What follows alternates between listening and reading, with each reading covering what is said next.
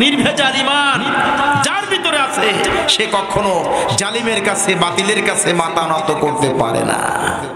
কি পারে কি?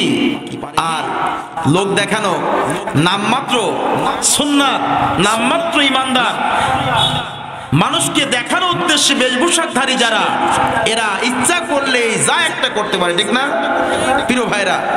দীর্ঘ 16টি বছর বিরোধী মত ক্ষমতার বাইরে থেকে বাড়িতে ঘুমাতে পারে নাই, রাতের অন্ধকারে বাড়ি ছেড়ে ফের কিংবা মেহমান বাড়িতে কিংবা অন্য কোনো জায়গায় আত্মগোপনের সাথে তারা চলেছে। কিন্তু একজন আলেম ওলামারা জেলখানার ভয়ে, পুলিশের দামনের ভয়ে একজন আলেম মুখের দাড়ি চেঁচে সাফ করে পরিষ্কার করেছে। আপনারা নাম বলতে পারবেন? পারবেন? ক্ষমতার বাইরে থেকে দাড়ি চেঁচে কেউ বাঁচার জন্য এই দাড়িগুলো রাসূলের দাড়ির সঙ্গে বেঈমানি করিনি। আর এদেশের একজন অর্থনীতিবিদ, আমরা বিশ্বাস করি আল্লাহ আপনাকে অর্থ দিয়েছে, আপনি অর্থনীতিবিদ, আপনি 16টা বছর রাষ্ট্র ক্ষমতায় থেকে গুরুত্বপূর্ণ একটা পদে থেকে ক্ষমতা ছেড়ে দিলেন, আর 2 দিন ক্ষমতার বাইরে থাকতে পারেননি।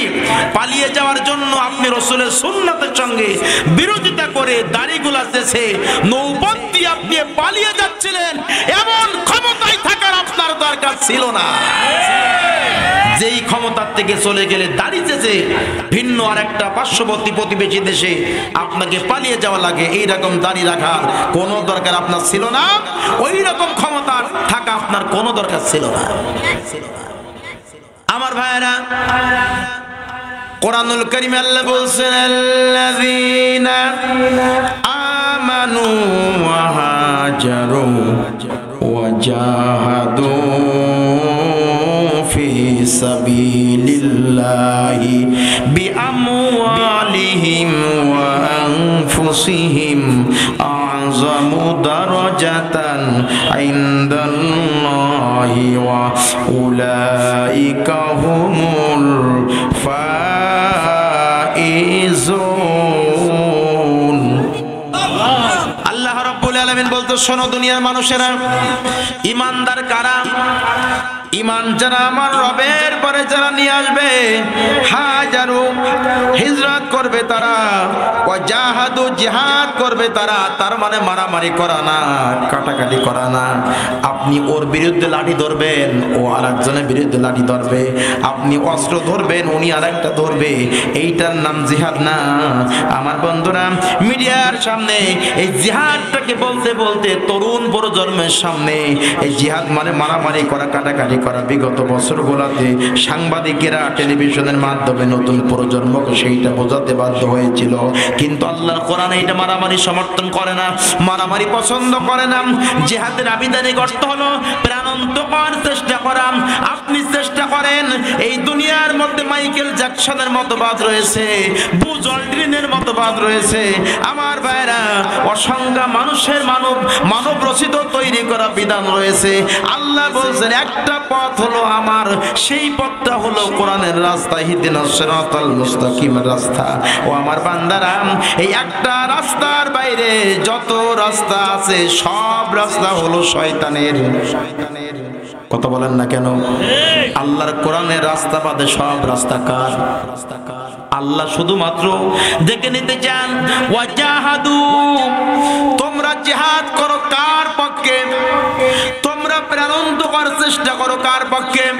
এই সূর্য আমার, অক্সিজেন আমার, এই বিশ্ব জগৎ আমার, নবমণ্ডল ভূমণ্ডল সব আমার।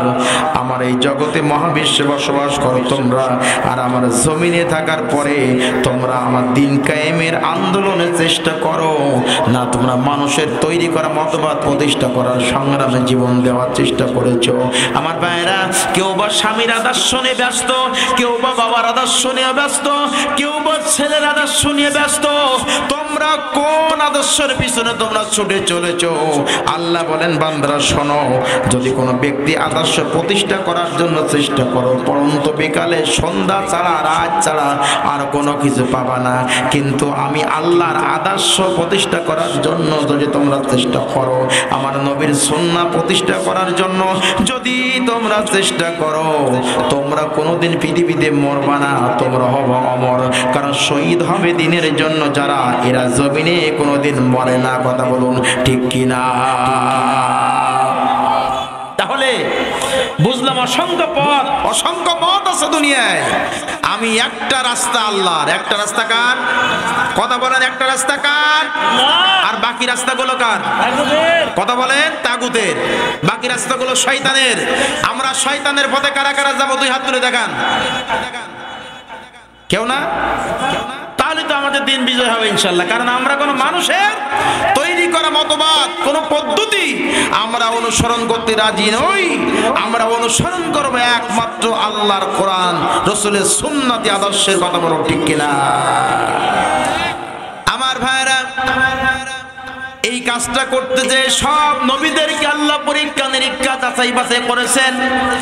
সূরা বাকারা 124 নম্বর আয়াতে আল্লাহ রাব্বুল আলামিন বলছেন, ওয়া ইযিবতালা ইব্রাহিমা রাব্বুহু বিকালিমাতিন ফাআতাম্মাহুন্না ক্বালা ইন্নী জাইলুকা লিন-নাসি ইমামা।